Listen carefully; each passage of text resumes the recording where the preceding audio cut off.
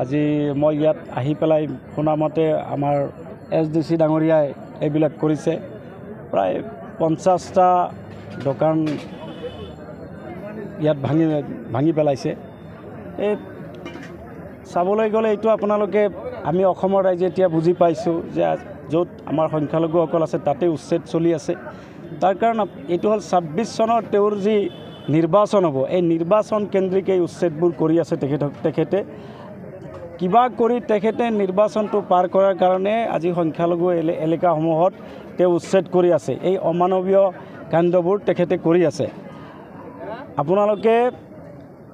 হয়তো নাজানে supreme কোৰ্টৰ order আছে যে যদি ক'ৰবাত উচ্ছেদ কৰা যায় তাত আগতীয়াকৈ তেওঁলোকক আমি ভাৰতীয় নাগৰিকক যদি আমি উচ্ছেদ কৰোঁ তেতিয়াহ'লে আগতীয়াকৈ তেওঁলোকক আমি সংস্থাপন কৰিব লাগিব তাৰ পিছতহে আমি তাত উচ্ছেদ কৰিব পাৰিম আৰু আমাৰ হাইকোৰ্টৰো মানে নিৰ্দেশ দিয়া আছে যে ইলিগেলি ক'তো উচ্ছেদ কৰিব নোৱাৰিব গতিকে তাৰ সত্ত্বেও যে আজি তেখেতসকলে এনেকুৱা গুণ্ডাগিৰ্দি কৰি মানুহক এক অমানৱীয়ভাৱে তেখেতসকলে যি উচ্ছেদ কৰি আছে এইটো গোটেই অসমৰ মানুহে ঘৃণা কৰিছে নিন্দা কৰিছে হেমন্ত বিশ্ব শৰ্মা ডাঙৰীয়া আজি এটা কমিউনিটিক টাৰ্গেট কৰি তেওঁ যি উচ্ছেদ চলাই আছে যোৱা দুদিন আগতে আপোনালোকে দেখিবলৈ পাইছে যে আজি গোৱালপাৰাত দুটা জাগাত তেখেতে উচ্ছেদ কৰিছে সেইসকল ক'ৰ মানুহ সেইসকল ভাৰতীয় হয় তেওঁলোকে ভাৰতীয় নাগৰিক তেওঁলোকে কোনো বিদেশী নহয় গতিকে বিদেশী স্বদেশী মানুহক যি অত্যাচাৰ কৰি আছে এই অত্যাচাৰ কৰাটো বন্ধ কৰিব লাগিব অন্যথাই আজি গোটেই অসম নহয় গোটেই ভাৰতবৰ্ষত এইবোৰ চাই আছে মানুহে চাই আছে আৰু আমি চৰকাৰক মই হেমন্ত বিশ্ব শৰ্মা ডাঙৰীয়াক অনুৰোধ কৰিম যে যিসকল ব্যক্তিক ইয়াত আমাৰ উচ্ছেদ কৰিছে সৰু সৰু দোকান কৰি তেওঁলোকে নিজৰ জীৱিকা নিৰ্বাহ কৰিছিলে তেওঁলোকৰ পৰিয়াল পুহিছিলে আৰু সেইসকল ফেমিলিক আজি তেওঁ ধ্বংস কৰিছে যে মই অনুৰোধ কৰিম যে উচ্ছেদিত ব্যক্তিসকলক আৰ্থিক সাহায্য প্ৰদান কৰিব লাগে আৰু ইয়াতে যাতে তেওঁলোকে যাতে ক'ৰবাত না ক'ৰবাত দোকান পোহাৰ কৰি তেওঁলোকে যাতে জীৱিকা অৰ্জন কৰিব পাৰে তাৰ কাৰণেও আজি হেমন্ত বিশ্ব শৰ্মা ডাঙৰীয়াই ব্যৱস্থা কৰিব লাগে তাৰ কাৰণে মই এখন আজি মেমৰেণ্ডামো আমি বনাই আনিছোঁ আমাৰ সেই মেমৰেণ্ডামখন আমি আজি আমাৰ মুখ্যমন্ত্ৰী হেমন্ত বিশ্ব শৰ্মা ডাঙৰীয়াক আমি আমাৰ ইয়াৰে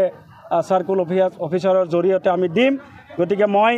এটা কথাই কম হেমন্ত বিশ্ব শৰ্মা ডাঙৰীয়া আপুনি যেনেকৈ আজি সংখ্যালঘুসকলক অন্যায় অত্যাচাৰ কৰি আছে ইয়াৰ ফল আপুনি এদিন ভুগিবলগীয়া হ'ব আপোনালোকে দেখিবলৈ পাইছে যে কিছুদিন আগতে আমাৰ ৰাজ্যিক সভাপতি কংগ্ৰেছ দলৰ সভাপতি গৌৰৱ গগৈ ডাঙৰীয়া যেতিয়াৰ পৰা হৈছে তেতিয়াৰ পৰাই তেখেতৰ টোপনি নোহোৱা হৈছে যাৰ কাৰণে তেখেতে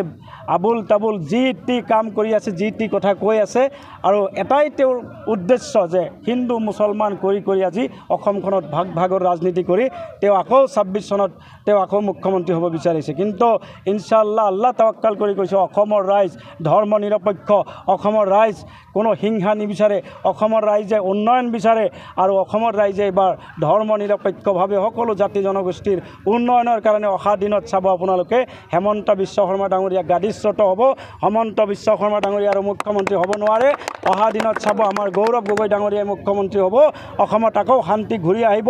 এই যিবিলাক উচ্ছেদ হৈছে স্বদেশী মানুহৰ লগত ইয়াৰ উপযুক্ত প্ৰত্যুত্তৰ আমি 26 চনত দিম আৰু অহা দিনত যদি এইবোৰ কাণ্ড যদি হেমন্ত বিশ্ব শৰ্মা ডাঙৰীয়াই কৰি থাকে তেতিয়াহ'লে আমিও তেওঁক এৰি নিদিওঁ অহা দিনত ইয়াৰ প্ৰতিশোধ আমি গণতান্ত্ৰিকভাৱে আন্দোলনৰ জৰিয়তে আমি আন্দোলন গঢ়ি তুলিম গোটেই অসম নহয় গোটেই ভাৰতবৰ্ষত আমি দৰকাৰ হ'লে আমি এই সুপ্ৰিম কোৰ্টলৈ যাবলৈ বাধ্য হ'ম কিন্তু আমি এনেকৈ আৰু সহ্য কৰিব নোৱাৰিম গতিকে মই অনুৰোধ কৰিম হিমন্ত বিশ্ব শৰ্মা ডাঙৰীয়া আপুনি এই আত্মা আপোনাৰ ৰাজত্ব আছে এই আত্মা ৰাজত্বটো আপুনি এইবোৰ ভুল কাম নকৰি আপুনি আমাৰ স্বদেশী মানুহৰ লগত আমাৰ ভাৰতীয় নাগৰিকসকলৰ লগত এই অন্যায় বন্ধ কৰক অন্যথাই আপুনিও এদিন এনেকুৱা পৰিৱেশত পৰিব যে আপুনিও জেলৰ ভাত খাবলগীয়া হ'ব আপোনাৰ আৰু বেছি দিন নাই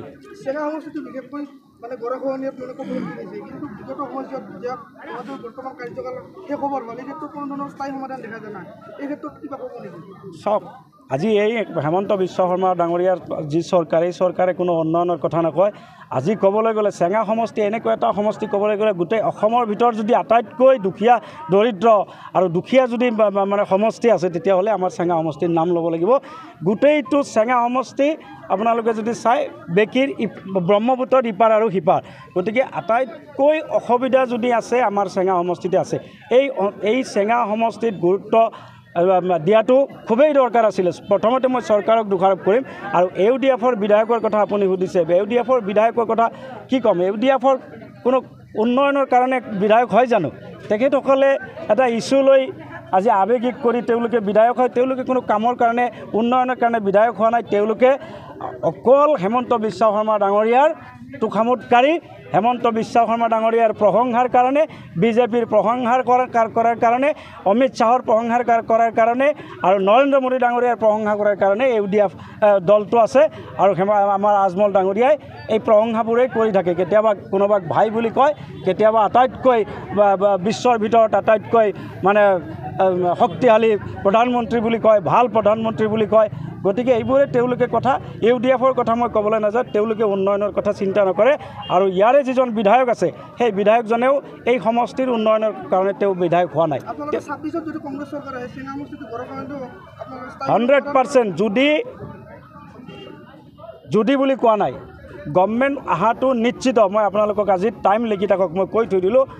26 চনত কংগ্ৰেছৰ চৰকাৰ হ'ব। আৰু চৰকাৰ হ'লে গৰাখহনীয়াৰ যি সমস্যা, বানপানীৰ যি সমস্যা, এইটো ৰাষ্ট্ৰীয় সমস্যা হিচাপে আমাৰ কংগ্ৰেছ দলে ঘোষণা কৰিব। আপোনালোকক মই এইটো প্ৰতিশ্ৰুতি দি থৈ গ'লোঁ। আৰু এটা কথা মনত ৰাখিব, গৰাখহনীয়াৰ সমস্যা যদি আমাৰ এই চেঙা সমষ্টিত যদি সমাধান নহয়, স্থায়ী সমাধান নহয়, তেতিয়াহ'লে কোনোদিনো আমাৰ এই চেঙা সমষ্টিৰ মানুহ উপকৃত নহ'ব। চেঙা সমষ্টিৰ মানুহ ফৰৱাৰ্ডত যাব নোৱাৰিব। চেঙা সমষ্টিৰ কেতিয়াও উন্নয়ন হোৱা বুলি আপুনি ভাবিব নোৱাৰে। গতিকে চেঙা সমষ্টি গোটেই বৰপেটা জিলা বুলি নহয়, গোটেই অসমত আটাইতকৈ বেছি কাম কৰিবলগীয়া আছে চেঙা সমষ্টিৰ মানুহ।